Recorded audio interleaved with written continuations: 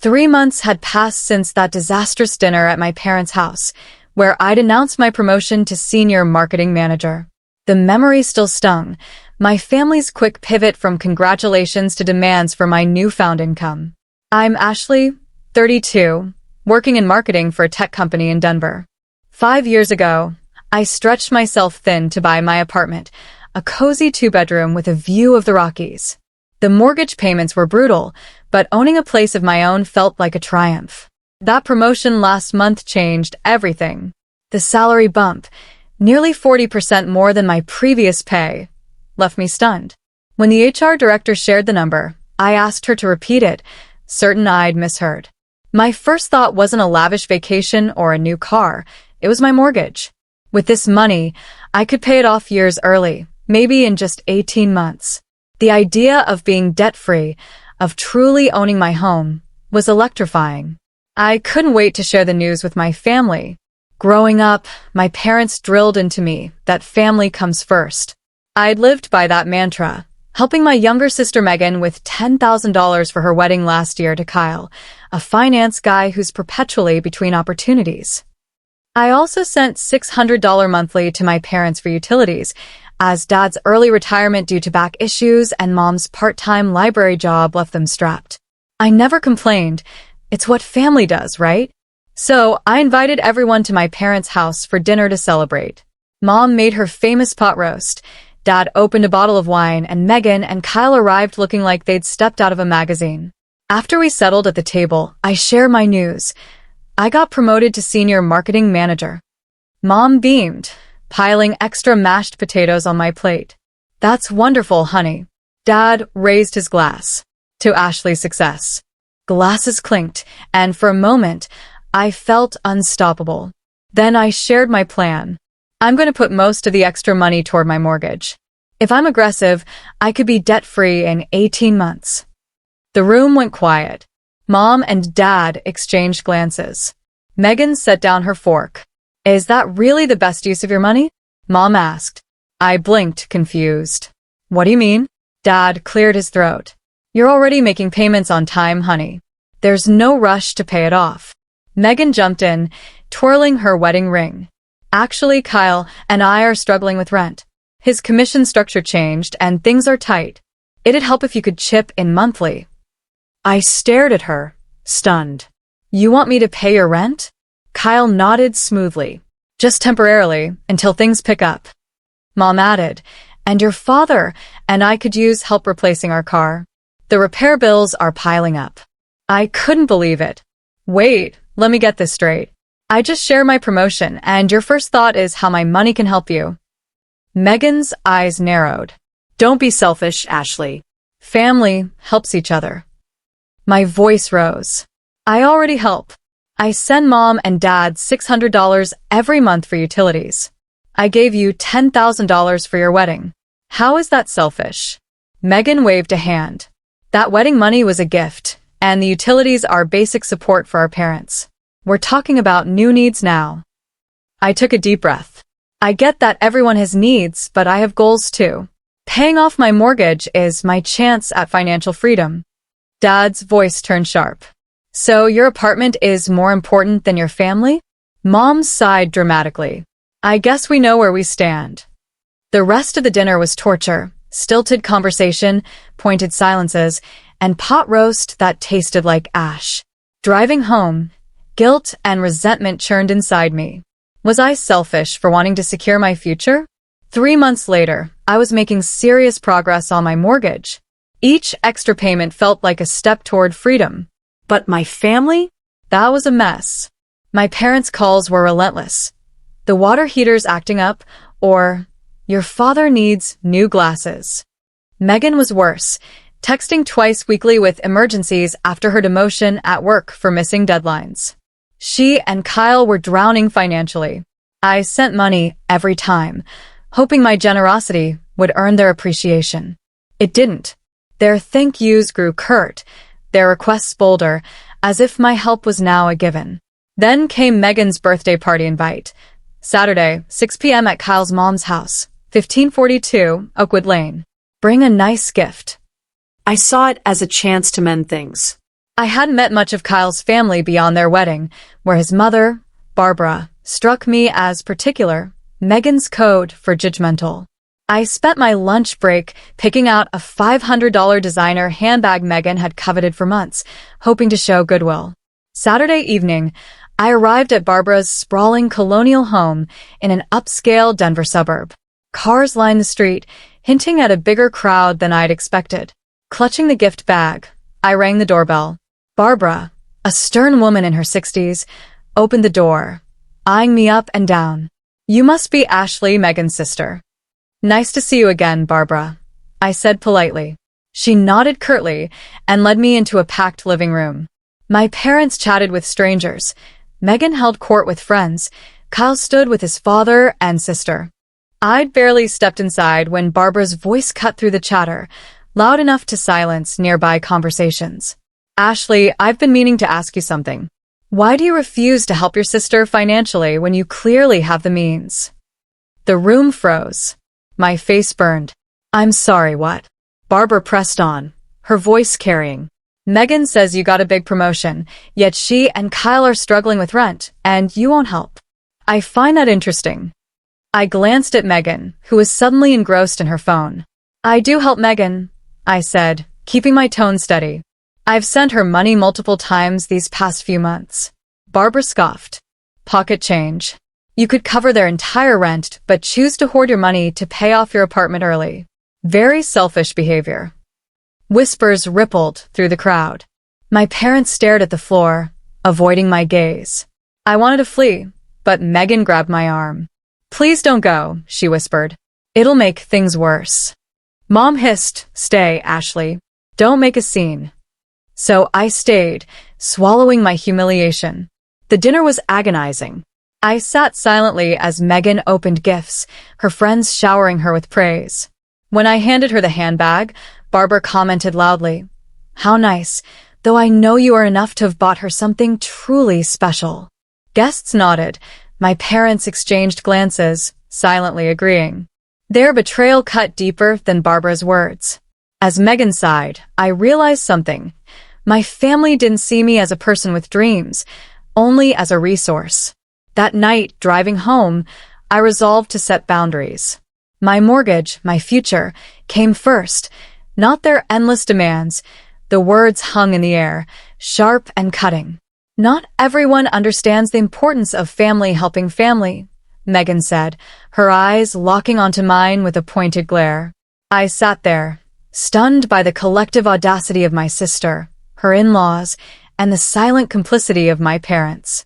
For the next hour, I picked at my food, speaking only when directly addressed, my mind replaying Barbara's public humiliation at Megan's birthday party. As soon as I could slip away without drawing more attention, I grabbed my coat and left Kyle's mother's house without a goodbye. On the drive home, tears of anger and hurt blurred the Denver skyline, the city lights streaking like accusations. Days passed with no apology, not from Megan, not from my parents, and certainly not from Barbara. It was as if the entire humiliating ordeal had never happened, except it had, and it consumed my thoughts. The following Sunday, my parents invited me to their usual family dinner. I nearly declined, the sting of the birthday party still fresh, but I saw it as a chance to clear the air. Mom mentioned Megan would be there too. When I arrived at their modest ranch-style home, the scene was deceptively normal. Dad carving a roast chicken, Mom bustling with side dishes, Megan and Kyle already seated, chatting casually. The familiarity clashed with the betrayal I felt. After awkward small talk about work and Denver's unpredictable spring weather, I couldn't hold back. "We need to talk about what happened at Megan's birthday," I said, setting down my fork. The table fell silent. Megan's eyes widened, feigning innocence. "What do you mean?" "I mean Barbara publicly humiliated me, accusing me of not helping you financially, and not one of you defended me." Megan gasped. "Don't you dare insult my mother-in-law." Barbara was telling the truth. "You're selfish, Ashley." Kyle nodded, his voice smug. "My mother sees through your act. You only care about yourself and your stupid apartment." I turned to my parents, desperate for support, but they shifted uncomfortably, avoiding my gaze. Well, honey, Mom began hesitantly, you have been rather focused on your mortgage lately and less on family obligations. Dad finished her thought. Family comes first, Ashley. I stared at them, the people who raised me, who I thought would always have my back. In that moment, a painful truth crystallized. They saw me as a resource, not a daughter or sister deserving of respect. I think I need a break, I said, standing. From all of you. I walked out, their stunned silence trailing behind me. The next few months were a blur of work and mortgage payments. I stuck to my plan, funneling every extra dollar into my loan. Each payment chipped away at the balance, bringing me closer to freedom. My 1,100 square foot apartment in Denver's Lodo district, with its hardwood floors and view of the Rockies, felt more like mine with every step. But my family remained distant. I still sent my parents $600 monthly for utilities, and I'd help Megan with smaller amounts when she asked, but our interactions were brief, transactional. No more Sunday dinners, no long phone calls with Mom. Then, one ordinary Tuesday morning, an email arrived that stopped me cold. Mortgage payment confirmation, final payment processed. I stared at my computer screen, heart racing. My mortgage was paid off. My apartment was truly mine, no debt, no monthly payments, just freedom. At 32, I'd done it, years ahead of schedule. Despite everything, my first instinct was to share this milestone with my family. Maybe this could be a fresh start.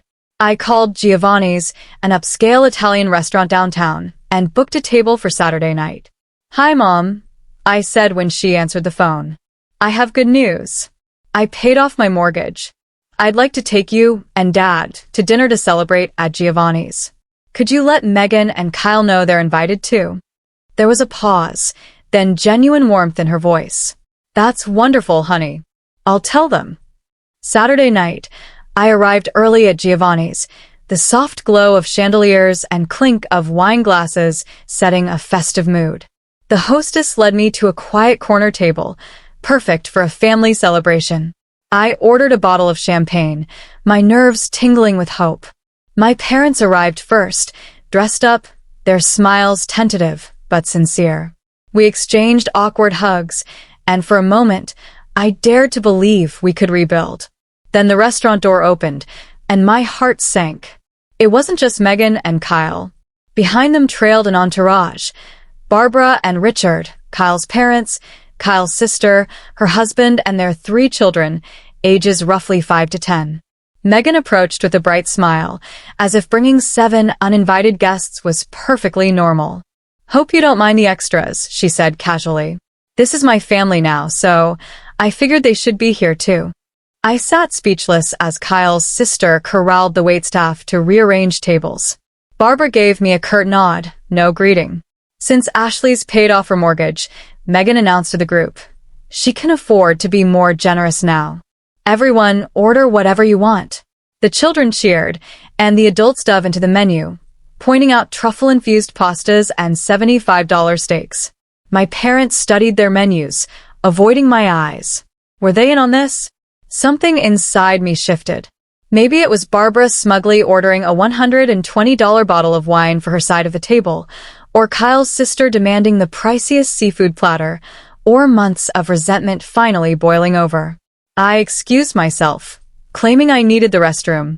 Instead, I found our server. I'd like to modify my reservation, I said quietly. Please prepare separate bills for each party. I'll cover my meal and the table reservation fee, but everyone else pays their own. The server nodded, slightly surprised. Of course, ma'am.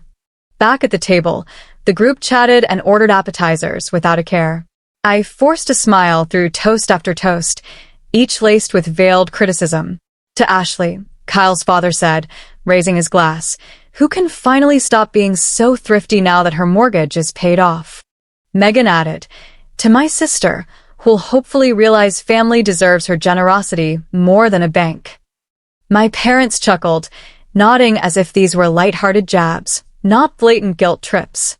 I saw my family clearly that night, not as supporters, but as opportunists. Dinner unfolded with extravagant orders, multiple courses, premium cocktails, sodas for the kids that were replaced twice, desserts they barely touched. The bill had to be nearing $3,000. When the server arrived with a stack of separate checks, the table fell silent. "There's a mistake," Dad said immediately. "This should be one bill. My daughter's treating us." The server glanced at me. "Actually," I said, my voice steady, "I asked for separate checks. I'm paying for my meal and the reservation fee. Everyone else covers their own orders." The silence was electric. Barbara recovered first, her voice shrill. "This is outrageous. You invited us to dinner." "I invited my parents, Megan and Kyle," I corrected. "Everyone else invited themselves. And Megan suggested ordering the most expensive items, not me." Barbara sputtered. "This bill is over $500 for me and Richard." Kyle's sister looked panicked, staring at her family's tab, swollen with the kids' orders. "This isn't fair," Megan cried. "You know we're struggling. And yet you ordered a $75 steak and two $18 cocktails," I pointed out calmly. I handed my credit card to the server with my individual check. "I'm all set." "You can't do this," Mom hissed, her face red with embarrassment. "Actually, I can. And I am." I stood, turning to the server. "Please ensure everyone pays their bills. Don't let anyone leave without settling." I walked out to a chorus of protests and pleas. My phone buzzed with texts before I reached my car, but I ignored them. At home, I turned off my phone and slept deeply, a weight lifted. The next morning, I woke to dozens of missed calls and angry texts demanding I return to Giovanni's to pay the $3,000 bill. By noon, my parents and Megan were pounding on my apartment door, their furious faces visible through the peephole. I didn't open it. I'd spent years prioritizing family, but that night at Giovanni's, I chose myself. My apartment, my freedom, my boundaries, they were mine, and no amount of guilt could take that away. I wanted to pretend I wasn't home, to let the pounding on my apartment door fade into silence. But the confrontation was inevitable. Taking a deep breath, I opened the door. My parents and Megan didn't wait for an invitation. They pushed past me into my living room, faces flushed with fury. "How could you?" Megan shrieked. "Do you have any idea how humiliating that was?" Dad pointed a trembling finger at me. $3,000, Ashley. That's what you stuck us with last night. We had to put it on our credit card. Mom's voice cracked. "We'll be paying interest on that for months." I crossed my arms, leaning against the wall of my now fully paid-off apartment, its hardwood floors gleaming under the morning light. "And whose fault is that? I invited 4 people to dinner. 11 showed up." Megan's eyes flashed. "They're my family. Kyle's parents wanted to celebrate with you." "No," I corrected, my voice steady. "They wanted a free meal. Just like you've all wanted free money for me all along." Dad's face reddened. "That's not fair." "Isn't it?" I raised an eyebrow, walking to my desk and pulling out a folder. "I've kept track. In the past year, I've given you and Mom over $10,000, not counting the $600 monthly utility payments. And Megan, I've given you nearly $15,000, including your wedding contribution." They stared, silent, as I continued. "It's never enough, is it? I pay your utilities and you want a new car. I help with Megan's wedding, and suddenly I'm expected to cover her rent. I invite you to celebrate my milestone, and you bring an entire entourage to cash in." Megan's voice rose to a shriek. "You're twisting everything. We're struggling. Kyle's job isn't stable, my pay got cut, and you're sitting pretty in your paid-off apartment." "An apartment I worked my ass off for," I shot back. "No one handed me anything. I earned every dollar, saved where I could, and made smart choices, all while bailing you out." Dad stepped forward. "You need to help again. Reimburse us for last night and apologize to everyone, especially Barbara and Richard." I laughed, a sharp, incredulous sound. "Apologize to the woman who's done nothing but insult me? To the family who crashed my celebration and deliberately ordered the priciest items? No, that's not happening." Megan's face contorted. "So, you're just going to leave us drowning in debt?" "You created that debt, not me," I said calmly. "And speaking of debts, I've made a decision. I'm done sending the $600 for utilities. And Megan, no more financial bailouts. The shock on their faces was almost comical, but the weight of the moment felt heavy. You can't do that. Mom gasped. I can, and I am. I walked to the door and held it open. It's time for you to leave. Megan planted herself on my couch. We're not going anywhere until you agree to pay us back. I pulled out my phone. Either you leave willingly or I call the police and report trespassers. Your choice. They left, Megan's glare burning into me as the door closed. I sat down, blocked their numbers, and poured a glass of wine. Raising it to the empty room, I toasted to my new beginning, one free from financial manipulation by the people who should have been my biggest supporters. The next 2 months were a revelation. Without the constant demands, my life felt lighter. I heard through mutual friends that my parents and Megan were spreading rumors, calling me selfish, greedy, a terrible daughter and sister. It stung at first, but their words lost their grip on me. I redirected the money I'd once given them into investments and a travel fund. I booked a solo trip to Portugal, a dream I'd shelved for years under the weight of family obligations and mortgage payments.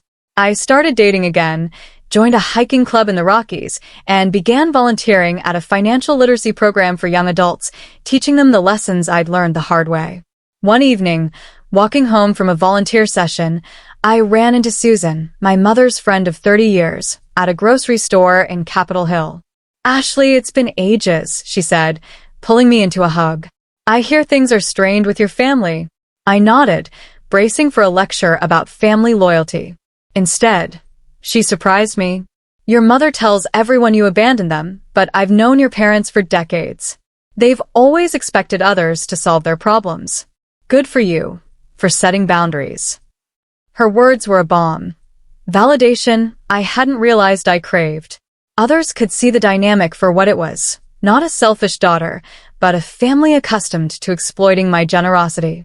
A week later, a handwritten letter arrived from Megan, a rarity in the age of texts and emails. I nearly tossed it unopened, but curiosity won. Ashley, it began, Kyle and I are getting divorced. His mother convinced him I'm not good enough for their family. The irony isn't lost on me. I've been thinking about how I treated you, how we all treated you. I won't ask for money, but I'd like to talk someday. I folded the letter and tucked it into a drawer.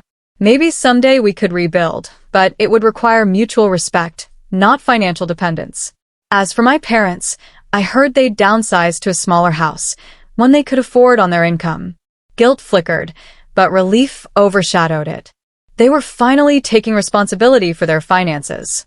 My apartment, all 1,100 square feet of it, stood as a symbol of my independence. I'd fought for it, not just against debt, but against the weight of expectations. Sitting on my balcony, watching the sun dip behind the Rockies, I felt a quiet pride. I'd chosen myself, and that was enough. Please feel free to comment below if you liked this. Remember to like and subscribe for more.